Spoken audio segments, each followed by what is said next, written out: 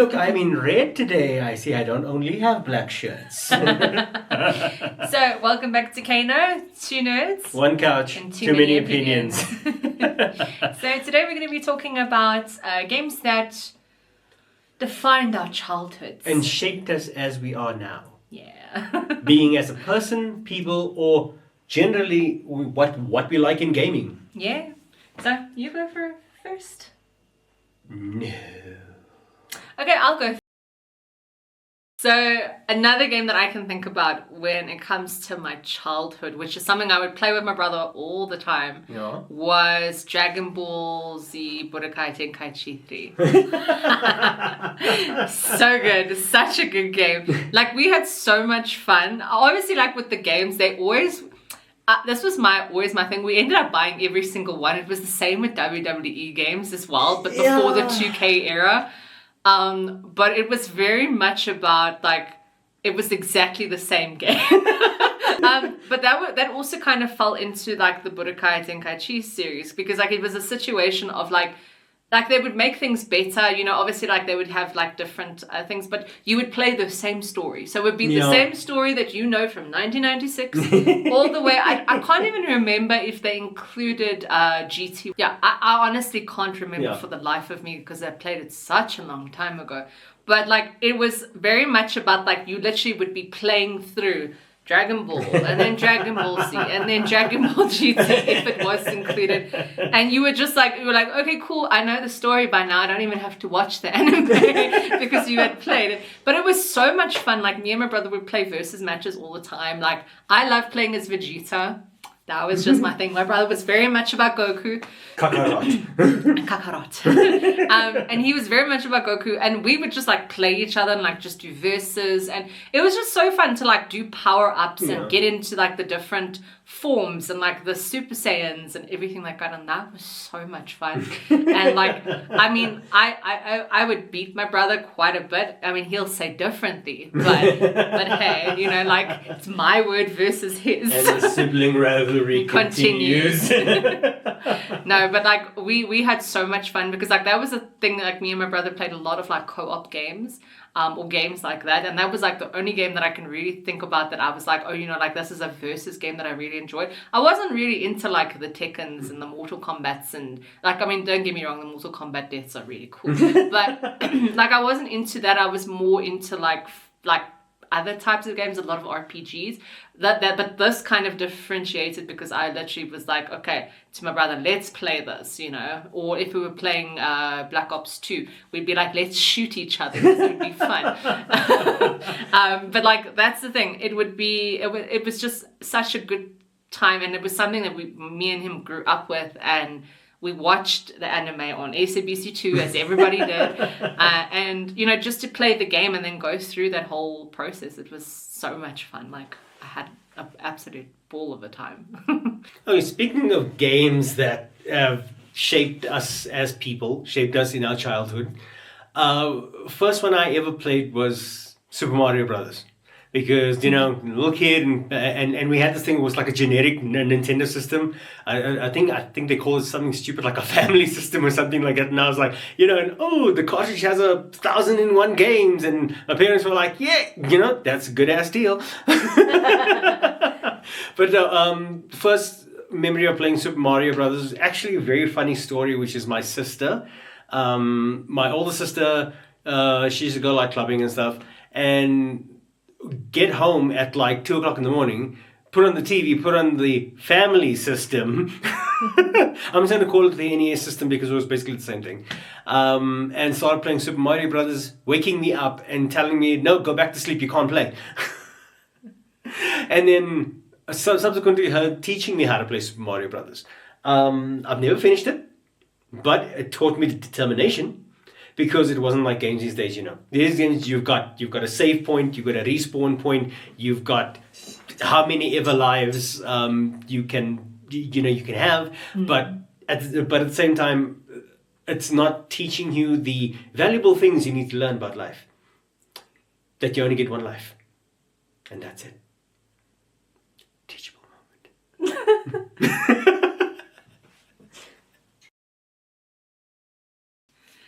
So one of the biggest games that I can think about, my gosh, and I can't believe I haven't thought about this before. Here it comes, guys. Is Tomb Raider Legend. I remember buying the game, coming back home and absolutely loving the hell out of it. I remember I had Tomb Raider 3.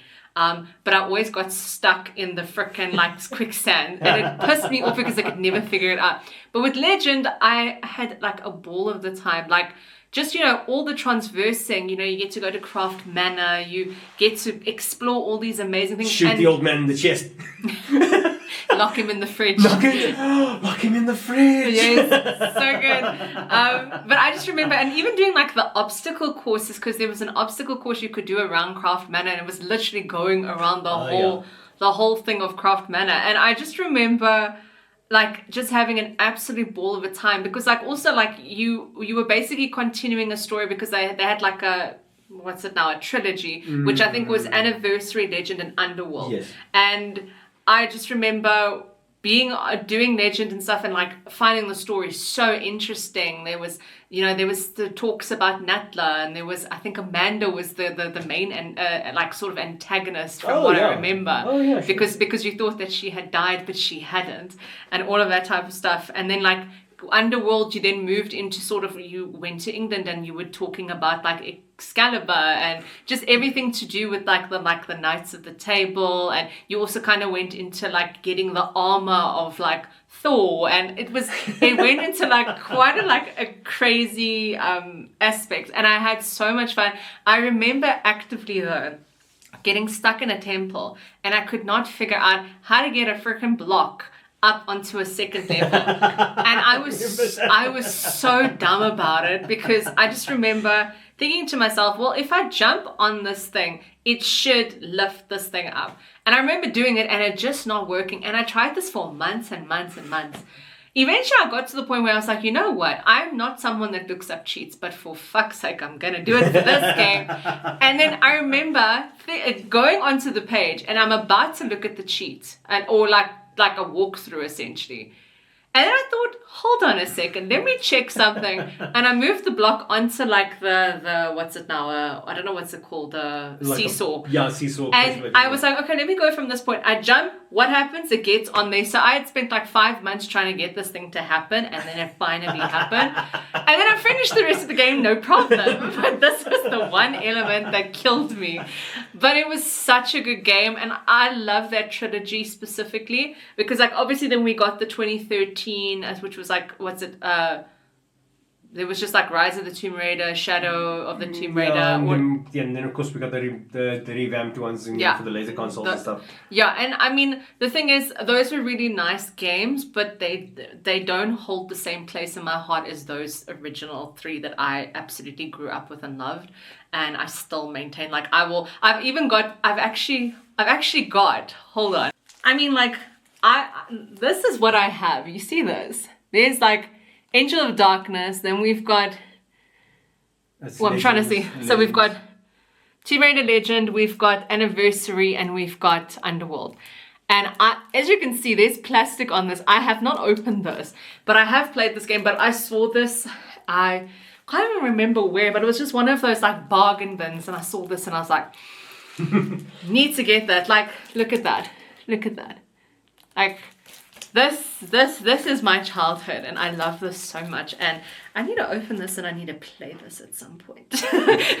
But that will happen. But like, as I said, it just, it comes back to, it's something that still resonates with me. And I mean, I'm looking forward to like the live action that they're doing with Sophie Turner. I know some people have like the issues she because looks good. Yeah, she looks good. I know people have some issues with either how she looks, or everybody's going to be talking about the asset, of course. People have issues with everything. But at the end of the day, I think she's going to do an amazing job, and I'm looking forward to it so much. And the next stuff I want to talk about is stuff in my more formative years, my teenage years. Because I spoke about Super Mario Bros. That was when I was a kid. I think it was like 10, no, I was like 6 or 7 or something, like when I first played Super Mario Brothers. And that was many, many, many years ago. We used to use chisels to type up messages. The other game I want to talk about is like when I got into my Sega stuff, and then I got into my PlayStation stuff, like with my first PlayStation. First PlayStation game I ever played was MediEvil. MediEvil with Sir Daniel Fortescue. Hero. Was like one of my favorite games. I know they remastered it for the PS4. They remastered it. And PS5, I think. And PS5, yeah, they remastered for PS4 and PS5. I downloaded. I've got the PS4 version actually, and I do plan on streaming it. But that's one of my favorite games because it was MediEvil, and then it was Spyro, and then it was Crash Bandicoot. And it sounds weird because those are all like what my older brother and sometimes his friends considered kiddie games. Because I was still a kid during that time. Well, to them anyway. I was a man. But playing those games, it installed a sense of joy in me. Reliving that now is bringing so much back and reliving childhood memories. And you could be a dragon. Who doesn't want to be a dragon? Spyro the Dragon. Yes, you were the smallest dragon around, but you were the bravest. So the final game I'm going to mention, it's not part of my childhood, but I sure as hell wish it was, is like the God of War duology that we've gotten on the Norse aspect. Oh, yeah. Yeah. No, honestly, I played the 2018 one and I absolutely adored the game. I was never somebody that was into being a completionist. That game made me complete it. Oh yeah, you actually did platinum the game, didn't you? Yeah, I literally platinumed in October. So I fought those Valkyries like it took a long time. Yeah, Sigrun was a pain in the ass, and like honestly, like literally, like I finally like. I remember saying to you, I'm going to go and I'm going to play it. I'm going to start from the beginning, go through every single thing. And I mean, you know, I love to like take my time going through every area and grabbing as many collectibles as possible, finishing whatever the case may be. And I mean, I absolutely loved it. And then I will say this, out of the two, I think the one that stole my heart was God of War Ragnarok. Oh, it's so good. It's so good. The score. I can't commend Bear McCreary enough with how good that score was. You saw how it was on my Spotify for ages. It's still have there. To listen to it. No, it's such a good score, and honestly, it took like it gave me so many feels. Like I still cry when I see them like getting ready to like storm Asgard and everything like that. Like I cannot, like, I mean, that's why I got that tattoo. I mean, I can't really like my dress thingy, but like I got a God of War tattoo. I got obsessed with this, and honestly I think it's probably my favorite game of all time. And like it's a game that actually means a lot to me. Like I absolutely loved the games, both of them, and seeing like how they obviously like they improved and they upgraded and everything like that, like it literally sung to my soul, and I think it will always be. This is why I got this tattoo. Like I was so in love with this game, and like because the tattoo is basically the God of War symbol, but like the Norse one with a like two wolves, and like one of them is supposed to be Kratos, the other one is supposed to be Atreus, but it's kind of also giving Skull and Hati.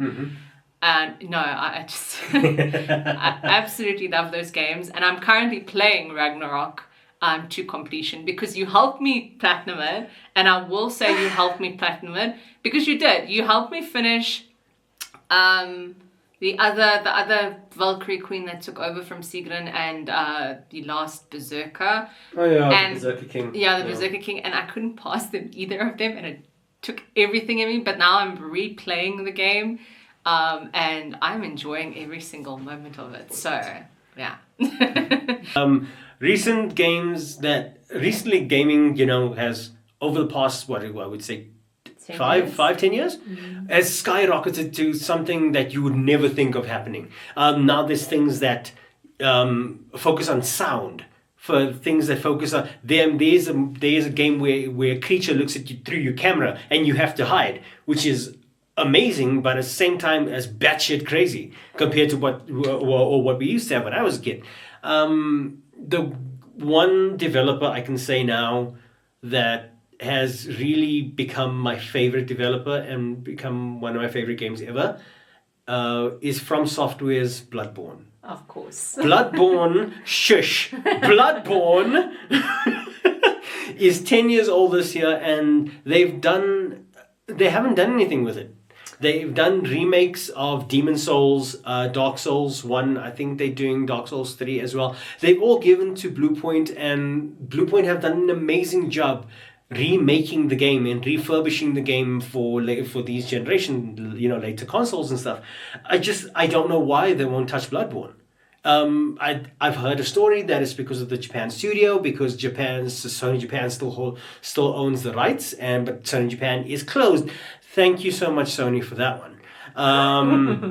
But yeah, it's just Bloodborne is it's got everything that I like. It's got werewolves. It's got old Gothic Victorian buildings, old England. It's freaking amazing. I love Bloodborne. I mean, as much as I can say that I love other games, I've played other games before, but I can confidently say, even after playing Elden Ring, Bloodborne is and will always be my favorite game of all time, and I'm going to play that shit till I'm 90.